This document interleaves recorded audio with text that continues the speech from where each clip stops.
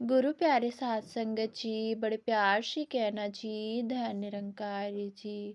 साध संगत जी, आज दासी आप सबों के बीच एक नया विचार लेकर आई है। साध संगत जी, आशा है प्रवान करेंगे जी। साध संगत जी, आज हम उस सत्य की चर्चा करेंगे जिसे जानने के बाद कुछ भी जानना शेष नहीं रह जाता। साथ संगत जी, अक्सर हम संसार में सुख खोजते हैं, पर क्या हमने कभी विचार किया है कि असली सुख और केवल सुख होने के आभास में क्या अंतर है?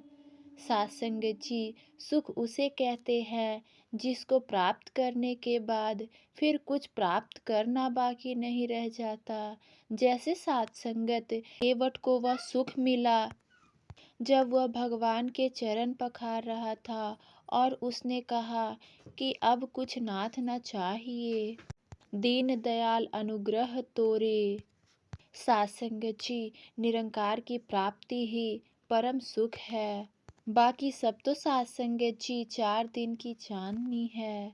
यदि हृदय में कोई भी कामना शेष है तो समझो सासंगत अभी सुख को सो दूर है, क्योंकि सासंगत जी कोई आकांक्षा ना होना ही सुख का लक्षण होता है।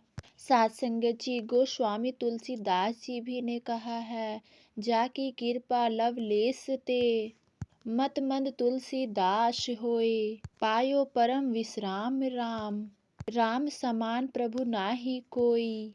सासंगत जी, विचार कीजिए कि क्या इस संसार का कोई ऐसा सुख है जिसे भोगने के बाद मन कह दे कि बस अब और कुछ नहीं चाहिए, हो गया। पर साथ संगत जी, एक कामना पूरी होती है तो दूसरी और खड़ी हो जाती है।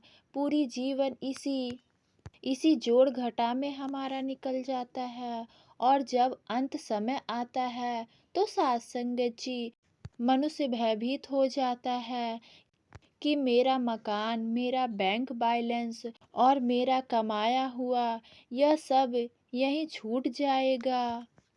आध्यात्मक सत्संगत जी हमें इसी अंतिम यात्रा के लिए तैयार करता है। सत्संगत जी, यह शरीर भी एक वस्तु की तरह उतार दिया जाता है और यहाँ से हम एक पैसा भी साथ लेकर नहीं जाते। सत्संगत जी, श्रीमद् भागवत गीता में भगवान श्री कृष्ण कहते हैं, वसांसे चृणानि यथा विहाय नवानम गृणाति नरो प्राणी, तथा शरीराणि विहाय जीर्णान्य अन्याय सह्याति नवाणी ते ही। जैसे सत्संगत हम पुराने कपड़े उतार कर नए कपड़े पहन लेते हैं, वैसे ही सत्संगत जी यह आत्मा शरीर को त्याग देती है। सत्संगत जी, जब कपड़ा ही अपना नहीं तो सत्संगत कपड़े के जेब में रखा हुआ धन अपना कैसा हो सकता है? यदि हमने जीते जी उस सच्चे राम का धन को नहीं कमाया तो सत्संगत जी, हमारी यह यात्रा अधूरी रह जाती है और सत्संगत यह जीवन भी सत्संगत व्यर्थ चला जाएगा। सत्संगत जी, हमारी आयु तो उस पत्ते लकड़ी ओस की बूंद के तरह है सत्संगत, जो सत्संगत कभी भी गिर सकती है।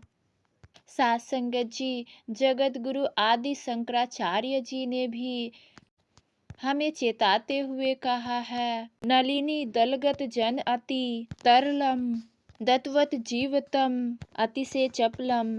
अर्थात सत्संगत जी, जैसे कमल के पत्ते पर पड़ी पानी की बूंद अत्यंत चंचल और स्थिर होती है, ठीक वैसे ही सत्संगत यह जीवन भी अत्यंत क्षण भंगुर है। यह पानी की उस बुलबुले के समान है जो पल भर में फूट जाता है।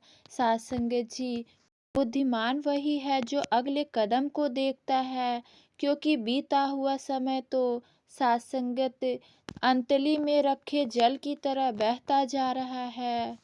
सत्संगत जी, विशेषकर आज की युवा पीढ़ी को ये समझने की बहुत आवश्यकता है कि साथ संगत, पढ़ाई और लक्ष्यों के बीच जो अशांति है, उसका समाधान केवल नाम सिमरन में है। यदि साथ संगत आप गंदी बातों, गलत संगति या फिर व्यर्थ के आकर्षणों से बचकर उस परम सत्ता से जुड़ जाए तो साथ संगत आप महान बन सकते हैं। यदि साथ संगत, याद रखिए, साथ संगत हमें समस्याओं के सामने रोना नहीं है, बल्कि अपनी अपनी आत्मिक शक्ति से समस्याओं को रुलाना है। समस्या का समाधान इस प्रभु सिमरन में है। जिससे सात संगत जी आज का इंसान वंचित होते जा रहा है। सात संगत जी, भगवान श्री कृष्ण गीता में भी सात संगत यह आश्वासन दिया है कि जो केवल मेरे चिंतन करते हैं उनकी चिंता मैं स्वयं करता हूँ।